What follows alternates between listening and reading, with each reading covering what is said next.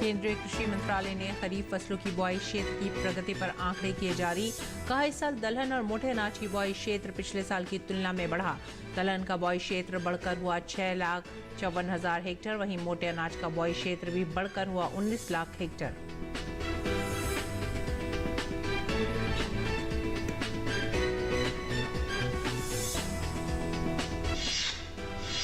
केंद्रीय गृह मंत्री अमित शाह ने रविवार को असम के मुख्यमंत्री हेमंत बिस्वा शर्मा के साथ टेलीफोन पर की बातचीत। भारी बारिश से पैदा हुए बाढ़ जैसे हालात का लिया जायजा। शाह ने मुख्यमंत्री को केंद्र की ओर से हर संभव सहायता का दिया आश्वासन। कहा, मोदी सरकार इस कठिन समय में असम के लोगों के साथ मजबूती से खड़ी है।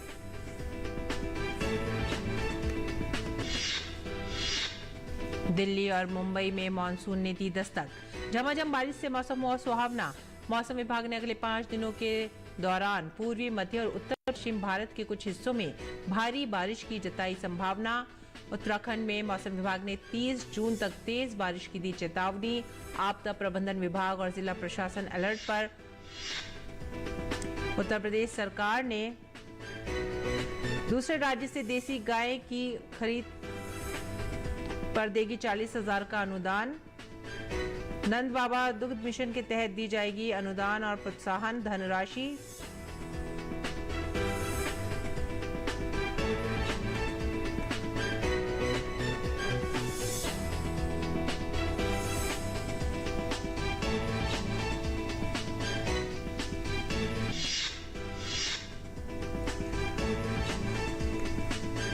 उत्तर प्रदेश सरकार दूसरे राज्य से देसी गाय की खरीद पर देगी 40,000 का अनुदान। नंद बाबा दुग्ध मिशन के तहत दी जाएगी अनुदान और प्रोत्साहन धनराशि।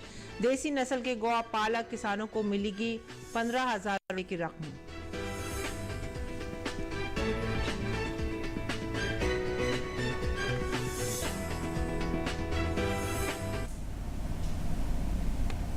नमस्कार, किसान समाचार में आप सभी का स्वागत है। मुख्य समाचार के बाद खबरें विस्तार से। कृषि मंत्रालय ने खरीफ फसलों की बुआई क्षेत्र की प्रगति पर आंकड़े जारी किए। सरकार ने कहा कि इस साल दलहन और मोटे अनाज की बुआई क्षेत्र पिछले साल की तुलना में बढ़ा है। दलहन का बुआई क्षेत्र 6,30,000 हेक्टेयर से बढ़कर 6,54,000 हेक्टेयर हो गया है। मंत्रालय ने कहा कि मोटे अनाज का बुआई क्षेत्र भी लगभग 13 लाख हेक्टेयर से बढ़कर लगभग 19 लाख हेक्टेयर हो गया है। वहीं चावल का बुआई क्षेत्र 16 लाख हेक्टेयर से घटकर करीब 11 लाख हेक्टेयर रह गया है।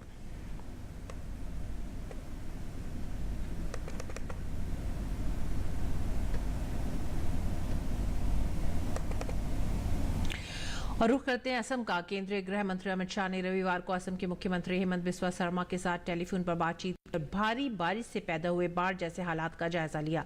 उन्होंने मुख्यमंत्री को केंद्र की ओर से हर संभव सहायता का आश्वासन दिया। गृह मंत्री अमित शाह ने ट्वीट कर इसकी जानकारी भी दी। उन्होंने बताया कि एनडीआरएफ की टीमें पहले से ही जमीन पर राहत और बचाव अभियान चला रही हैं और पर्याप्त बल तैयार हैं। उन्होंने कहा कि मोदी सरकार इस कठिन समय में हमेशा असम के लोगों के साथ मजबूती से खड़ी है।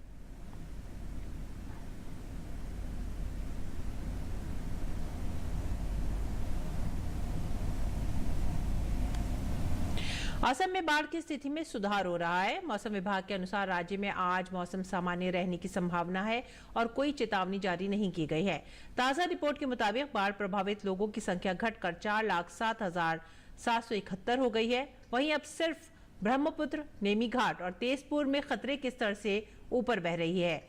असम राज्य आपदा प्रबंधन प्राधिकरण के अनुसार बाढ़ के कारण प्रभावित जिलों की संख्या 19 से घटकर अब 15 हो गई है। वर्तमान में 1,118 गांव बाढ़ से प्रभावित हैं।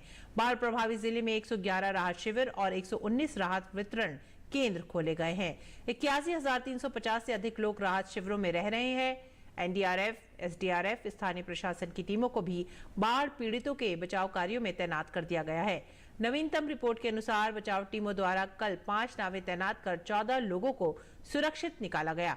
बाढ़ पीड़ितों को स्वास्थ्य सुविधाएं उपलब्ध कराने के लिए 18 मेडिकल टीमें भी तैनात की गई हैं। कल नलबाड़ी जिले में बाढ़ से एक व्यक्ति की जान चली गई, जिससे मरने वालों की संख्या बढ़कर अब 3 हो गई है।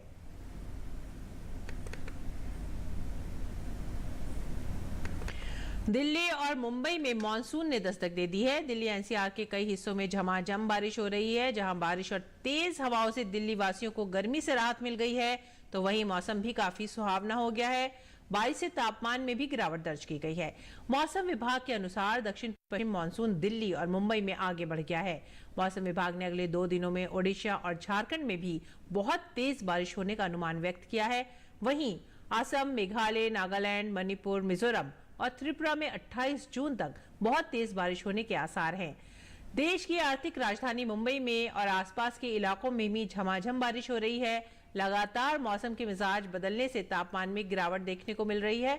बारिश के लंबे इंतजार के चलते गर्मी और उमस ने लोगों की मुसीबत बढ़ा दी थी, लेकिन शनिवार को मानसून की फुहारों ने शहर का मौसम खुशगवार बना दिया। मौसम विभाग ने आज के लिए रायगढ़ और रत्नागिरी के लिए ऑरेंज अलर्ट और पालघर, मुंबई, ठाणे और सिंधुदुर्ग के लिए येलो अलर्ट जारी किया है।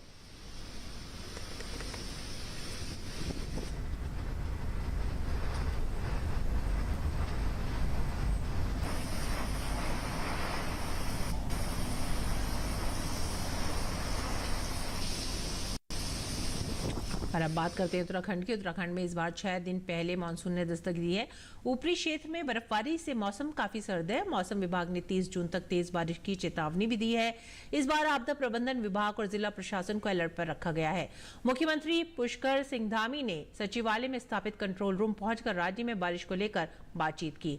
राज्य में देर रात से बारिश हो रही है। मुख्यमंत्री ने आपदा प्रबंधन अधिकारियों को अलर्ट रहने के निर्देश दिए हैं। गढ़वाल और कुमाऊं मंडल के अधिकांश जिलों में बरसात हो रही है। देहरादून और मसूरी में आसपास के इलाकों के बरसाती नाले उफान पर हैं। बारिश से मैदानी क्षेत्रों में गर्मी से राहत महसूस की जा रही है। पर्वतीय इलाकों में किसानों के चेहरे भी खिल उठे हैं। मौसम केंद्र देहरादून के निदेशक ने कहा है कि देहरादून समेत 7 जनपदों में अगले 24 घंटे में भारी से बहुत भारी वर्षा का ऑरेंज अलर्ट जारी किया गया है।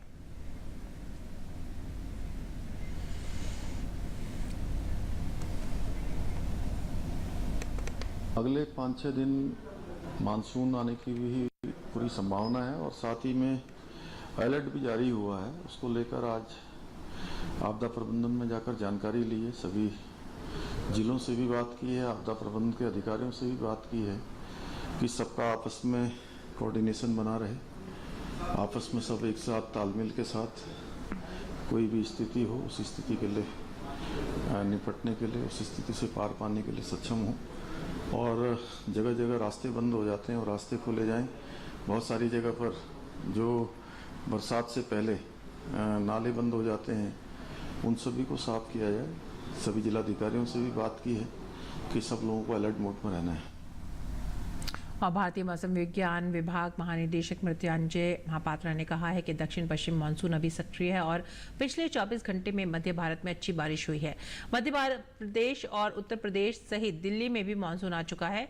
हमारा पूर्व अनुमान है कि अगले 2 दिनों में मानसून और आगे बढ़ेगा। दिल्ली में अगले 2 दिनों तक बारिश जारी रहेगी।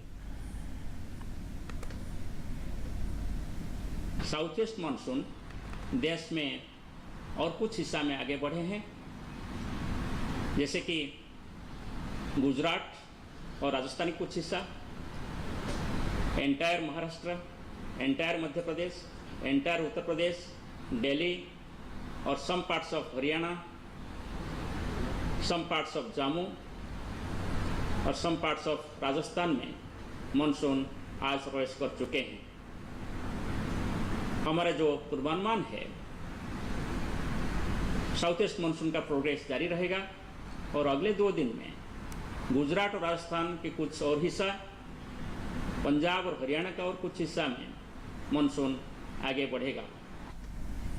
और इस बीच हिमाचल प्रदेश के कुल्लू में भारी बारिश के बाद पानी बढ़ने से 8 वाहन क्षतिग्रस्त हो गए हैं। गाड़ियों को जेसीबी के माध्यम से बाहर निकाला जा रहा है। हिमाचल प्रदेश में बीते 48 घंटे में मानसून में रिकॉर्ड तोड़ बारिश हुई है।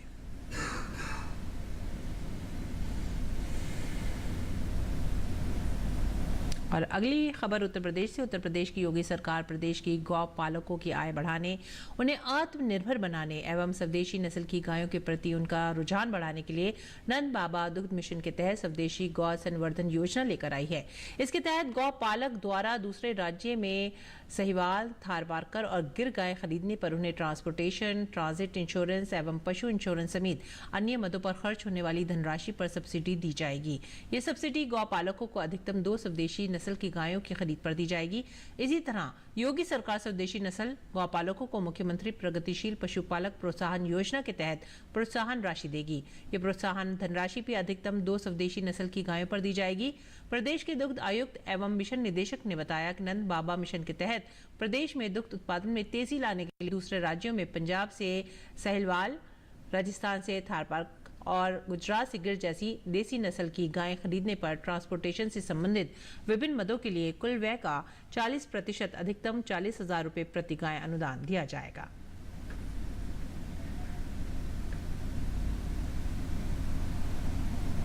और देश के कई हिस्सों में जहां लोगों को मूसलाधार बारिश का सामना करना पड़ रहा है, बाढ़ का सामना करना पड़ रहा है, तो वहीं देश का एक इलाका ऐसा भी है जहां सूखे जैसे हालात पैदा हो गए हैं। कर्नाटक के कुलबर्गी में बारिश की कमी से सूखे के हालात हो गए हैं, जिससे किसान काफी चिंतित हैं।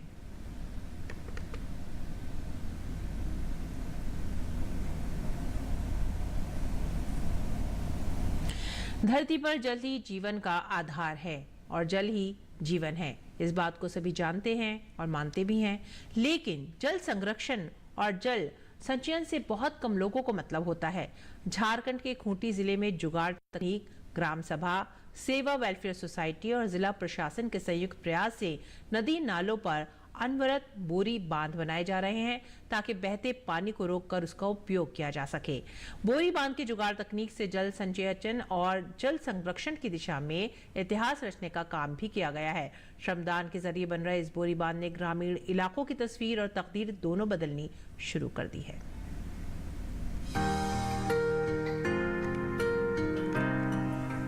झारखंड के नक्सल प्रभावित खूंटी जिले में जल संचयन और जल संरक्षण के लिए एक अनूठी मुहिम चलाई जा रही है। पूरे जिले में सेवा वेलफेयर सोसाइटी और क्षेत्र की ग्राम सभाओं के जरिए अलग अलग गांवों में ग्रामीणों के श्रमदान से 2 साल के अंदर 200 से अधिक बोरी बांध बनाए गए हैं। अब तक खूंटी जिले में हम लोग पिछले 2 सालों में 200 से ज़्यादा बोरी बांध बना चुके हैं और जिसमें 10,000 से ज़्यादा ग्रामीण श्रमदान कर चुके हैं। अब गांव के खुद जागरूक हो गए हैं, कई जगहों पर स्वयं से भी लोग बोरी बांध बनाने लगे हैं।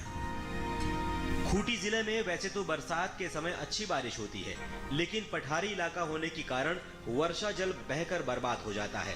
जिले में बड़े पैमाने पर इस तरह के सीरियल बोरी बांध बनाने से जल संचयन और जल संरक्षण के कार्य को नया आयाम मिला है, जिससे गर्मी के मौसम में भी इलाके का जल स्तर बढ़ने लगा है और हरियाली छाने लगी है।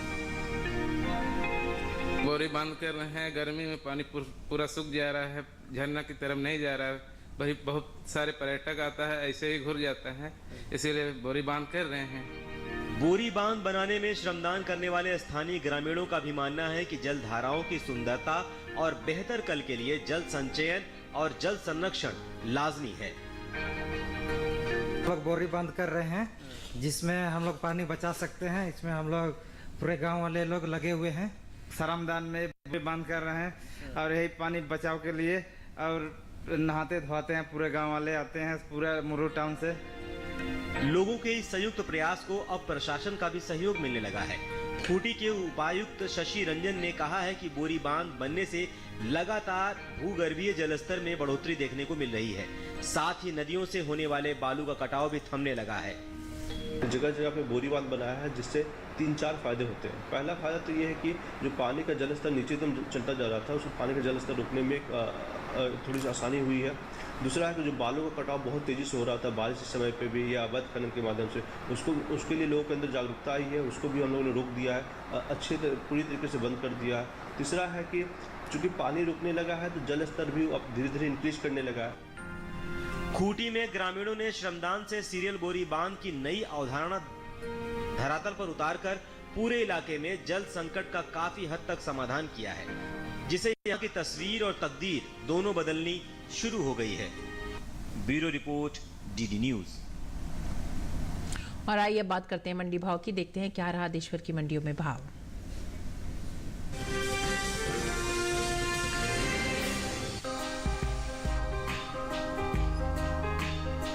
इन दिनों कृषि उपज मंडियों में धान की आवक सामान्य बनी हुई है। शनिवार को ज्यादातर मंडियों में धान बिकवाली के लिए पहुंची। भाव की बात करें तो एग्मर नेट के मुताबिक धान का कटोरा कहे जाने वाले राज्य छत्तीसगढ़ की लखनपुरी 23 जून को धान का भाव था 1950 रुपए। 24 जून को इसके भाव में 50 रुपए की गिरावट आई और भाव हो गया 1900 रुपए। गुजरात के देगाम मंडी में 23 जून को धान का भाव था 1927 रुपए। 24 जून को इसके सौदे 2 रुपए लुढ़क कर 1925 रुपए पर हुए। उत्तर प्रदेश की लालगंज मंडी में बीते 2 दिनों के दौरान सामान्य धान के भाव स्थिर रहे। यहाँ 23 और 24 जून को धान 2200 रुपए प्रति क्विंटल पर बिकी। देश से होने वाले कुल चावल के निर्यात में इस साल खासी बढ़त देखने को मिली है। एपीडा के अनुसार भारत ने साल 2022-23 में अप्रैल से फरवरी महीने के दौरान करीब 2,93,258 टन गैर बासमती और बासमती चावल का कुल निर्यात किया है, जो बीते साल के कहीं ज्यादा है। बासमती चावल के निर्यात पर नजर डालें तो साल 2022-23 के अप्रैल से फरवरी महीने के दौरान बासमती चावल का कुल निर्यात 41,329 टन का हुआ है, जबकि बीते साल की समान अवधि के दौरान निर्यात 34,83,156 टन का हुआ था। वहीं गैर बासमती चावल के निर्यात में इस साल खासी बढ़त देखने को मिली है। बीते 11 महीने के दौरान गैर बासमती चावल का निर्यात बीते साल के मुकाबले 4 लाख टन से ज्यादा का हुआ है। साल 2022-23 में भारत ने गैर बासमती चावल का निर्यात 1,60,92,000 टन से ज्यादा का किया है, जबकि बीते साल इस दौरान निर्यात 1,56,40,654 टन का हुआ था। भारत चावल का निर्यात अफ्रीका देशों के अलावा दूसरे कई देशों में करता है। बात धान की पैदावार की करें तो घरेलू स्तर पर इस साल धान की पैदावार रिकॉर्ड स्तर पर जा सकती है। कृषि मंत्रालय के तीसरे अग्रिम अनुमान के मुताबिक देश में धान की उपज साल 2022-23 के दौरान 1,355,42,000 टन होने का अनुमान जताया गया है। ये उपज पिछले साल की तुलना में 60,71,000 टन अधिक है, जबकि साल 2021-22 में धान की पैदावार 1,294,71,000 टन रही थी।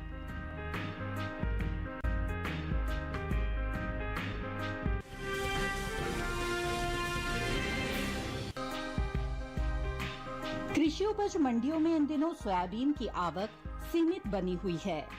शनिवार को कुछ ही मंडियों में सोयाबीन बिकवाली के लिए पहुंची। भाव की बात करें तो 24 जून धोराजी और कालापीपल मंडी में सोयाबीन के सौदों के साथ कारोबार हुआ, जबकि जसदन मंडी में सोयाबीन के भाव स्थिर रहे। एग्मर नेट के मुताबिक गुजरात की धोराजी मंडी में 23 जून को पीली सोयाबीन का भाव रहा 4,605 रुपए। 24 जून को इसके भाव में 75 रुपए की तेजी आई और भाव जा पहुंचा 4,680 रुपए। वहीं राज्य की ही जसदन मंडी में बीते 2 दिनों के दौरान सोयाबीन के भाव स्थिर रहे। यहां 23 और 24 जून को सोयाबीन 4,675 रुपए पर बिकी। मध्य प्रदेश की कालापीपल मंडी में सोयाबीन के सौदों में मजबूती के साथ कारोबार हुआ। यहां 23 जून को सोयाबीन का भाव रहा 4,300 रुपए। 24 जून को इसके सौदों में 860 रुपए का उछाल आया और भाव हो गया 5,160 रुपए। ये साल तिलहनी फसल पैदावार के लिए अच्छा साबित हुआ है। मौसम की असर तिलहन की पैदावार पर देखने को मिला है। इस साल कुल तिलहन की उपज का रिकॉर्ड टूटने जा रहा है। कृषि मंत्रालय की ओर से जारी तीसरे अग्रिम अनुमान के मुताबिक देश में घरेलू स्तर पर कुल तिलहन की पैदावार रिकॉर्ड स्तर पर पहुंच गई है। साल 2022-23 के दौरान कुल तिलहन की पैदावार 409,96,000 टन होने का अनुमान है, जो पिछले वर्ष के तिलहन उत्पादन की तुलना में 20 लाख टन से अधिक है, जबकि बीते साल इस दौरान कुल तिलहन की उपज 379,63,000 टन रही थी। वहीं बात सोयाबीन की पैदावार की करें तो कृषि मंत्रालय के मुताबिक साल 2022-23 के दौरान सोयाबीन की उपज 149,76,000 टन होने का अनुमान जताया गया है, जिसका असर कृषि उपज मंडियों में सोयाबीन के बाजार भाव पर पड़ता दिख सकता है।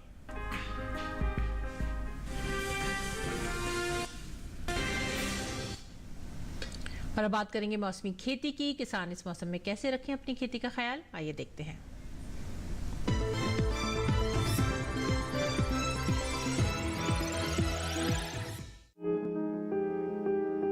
पश्चिमी पंजाब में इस समय किसान धान की नर्सरी लगाएं।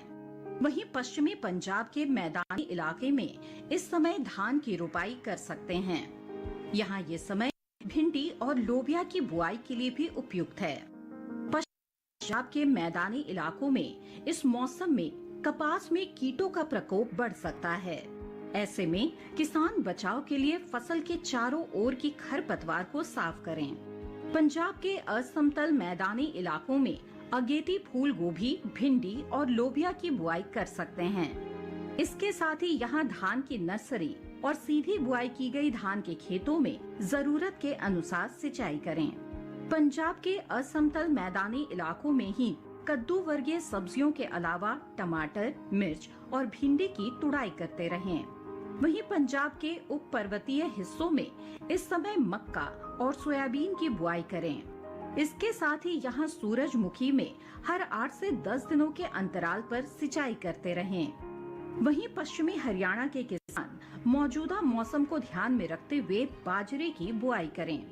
पश्चिमी हरियाणा में ही कपास में जरूरत के अनुसार सिंचाई करें। पूर्वी हरियाणा में मूंग में सिंचाई करें। इसके साथ ही यहाँ कपास, मूंग, उड़द, अरहर और बाजरे में सिंचाई करें।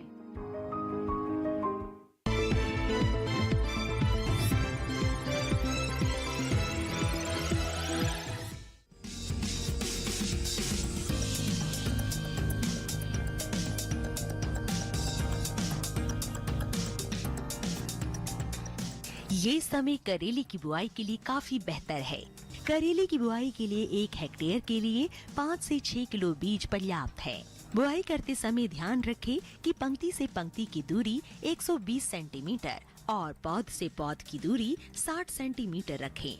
किसान करेले की कई किस्मों की बुआई कर सकते हैं, जैसे पूसा विशेष करेले की इस किस्म की बुआई उत्तरी भारत के मैदानी क्षेत्रों, खासकर हरियाणा और दिल्ली में की जा सकती है। इस किस्म की 1 हेक्टेयर में 2 क्विंटल तक पैदावार ले सकते हैं।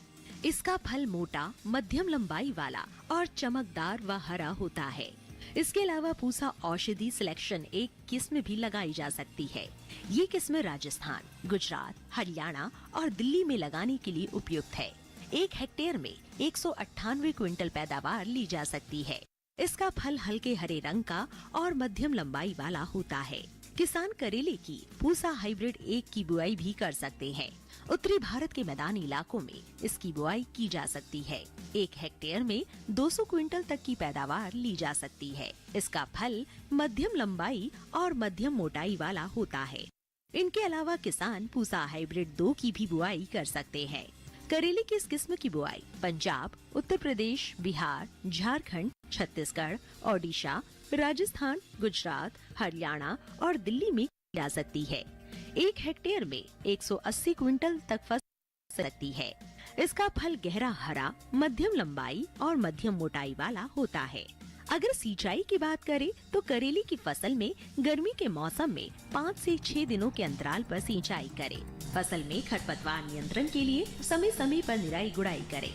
करेले की फसल में फल मक्खी के हमले की आशंका बनी रहती है। ऐसे में उचित दवा का छिड़काव विशेषज्ञों की सलाह से कीट प्रभावित जगह पर ही करें।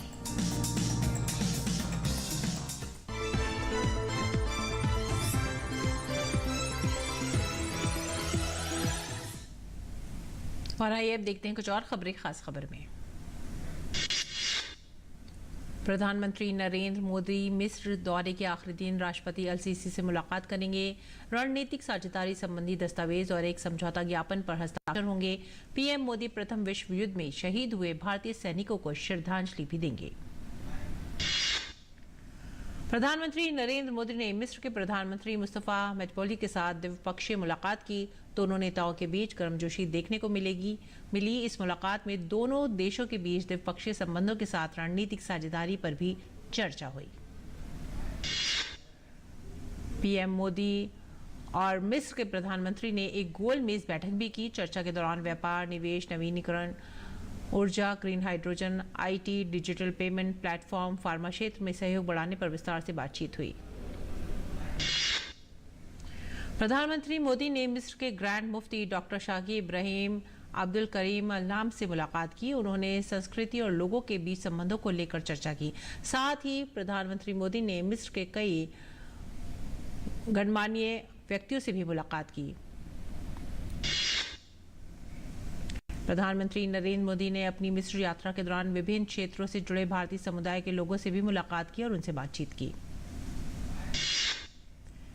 भारतीय जनता पार्टी के राष्ट्रीय अध्यक्ष जेपी नड्डा आज तेलंगाना का दौरा करेंगे। जेपी नड्डा प्रधानमंत्री नरेंद्र मोदी के नेतृत्व वाली केंद्र सरकार की उपलब्धियों पर आज तेलंगाना के नगर कुर्नूल में एक जनसभा को संबोधित करेंगे। मणिपुर में सुरक्षा बलों ने राष्ट्रीय राजमार्ग 2 इम्फाल दीमापुर सड़क पर आवागमन बहाल कर दिया है। इसी बीच पश्चिमी इम्फाल जिले की पुलिस और अर्धसैनिक बलों के संयुक्त दल ने जिले में 2 स्थानों पर तलाशी अभियान भी चलाया। पुलिस की रिपोर्ट में कहा गया है कि अब तक कुल 1100 हथियार बरामद किए गए हैं। पश्चिम बंगाल के बांकुड़ा में उंडा रेलवे स्टेशन के पास 2 मालगाड़ियां आपस में टकरा गई। ट्रेनों की टक्कर से दोनों मालगाड़ियों के कई डिब्बे पटरी से उतर गए। इस बीच ट्रेनों का परिचालन फिर से शुरू हो गया है। उत्तर प्रदेश के मुख्यमंत्री योगी आदित्यनाथ ने आज वृंदावन में चल रहे विकास कार्यों का निरीक्षण किया। इस दौरान उन्होंने अफसरों से विकास कार्यों की पूरी जानकारी भी ली। बिहार के अधिकांश जिलों में भीषण गर्मी और बच्चों की सेहत को ध्यान में रखते हुए पटना जिला अधिकारी ने पटना जिले के सभी सरकारी और गैर सरकारी स्कूलों को 28 जून तक बंद करने का नोटिस जारी किया है। कक्षा 12वीं तक के स्कूल अगले आदेश तक बंद रहेंगे।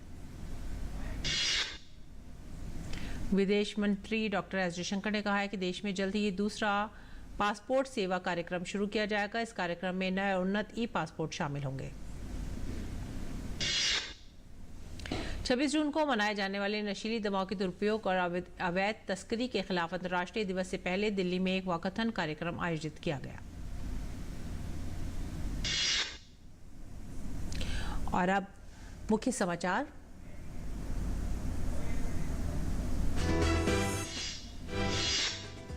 केंद्रीय कृषि मंत्रालय ने खरीफ फसलों की बुआई क्षेत्र की प्रगति पर आंकड़े किए जारी। कहा, इस साल दलहन और मोटे अनाज की बुआई क्षेत्र पिछले साल की तुलना में बढ़ा। दलहन का बुआई क्षेत्र बढ़कर हुआ 6,54,000 हेक्टेयर। वहीं मोटे अनाज का बुआई क्षेत्र भी बढ़कर हुआ 19 लाख हेक्टेयर।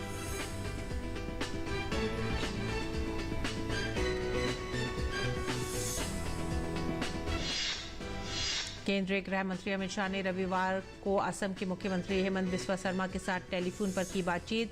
भारी बारिश से पैदा हुए बाढ़ जैसे हालात का लिया जायजा। शाह ने मुख्यमंत्री को केंद्र की ओर से हर संभव सहायता का दिया आश्वासन। कहा, मोदी सरकार इस कठिन समय में असम के लोगों के साथ मजबूती से खड़ी है। दिल्ली और मुंबई में मानसून ने दी दस्तक। झमाझम बारिश से मौसम हुआ सुहावना। मौसम विभाग ने अगले 5 दिनों के दौरान पूर्वी, मध्य और उत्तर पश्चिम भारत के कुछ हिस्सों में भारी बारिश की जताई संभावना। उत्तराखंड में मौसम विभाग ने 30 जून तक तेज बारिश की दी चेतावनी। आपदा प्रबंधन विभाग और जिला प्रशासन अलर्ट पर। मुख्यमंत्री ने राज्य में हो रही बारिश का लिया जायजा।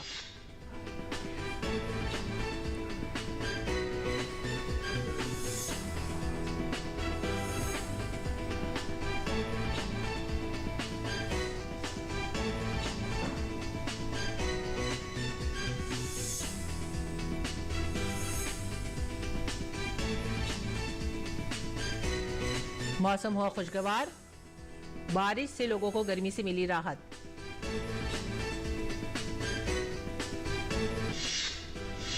उत्तर प्रदेश सरकार दूसरे राज्य से देसी गाय की खरीद पर देगी 40,000 का अनुदान। नंद बाबा दुग्ध मिशन के तहत दी जाएगी अनुदान और प्रोत्साहन धनराशि। देसी नस्ल के गौपालक किसानों को मिलेगी 15,000 रुपए की रकम।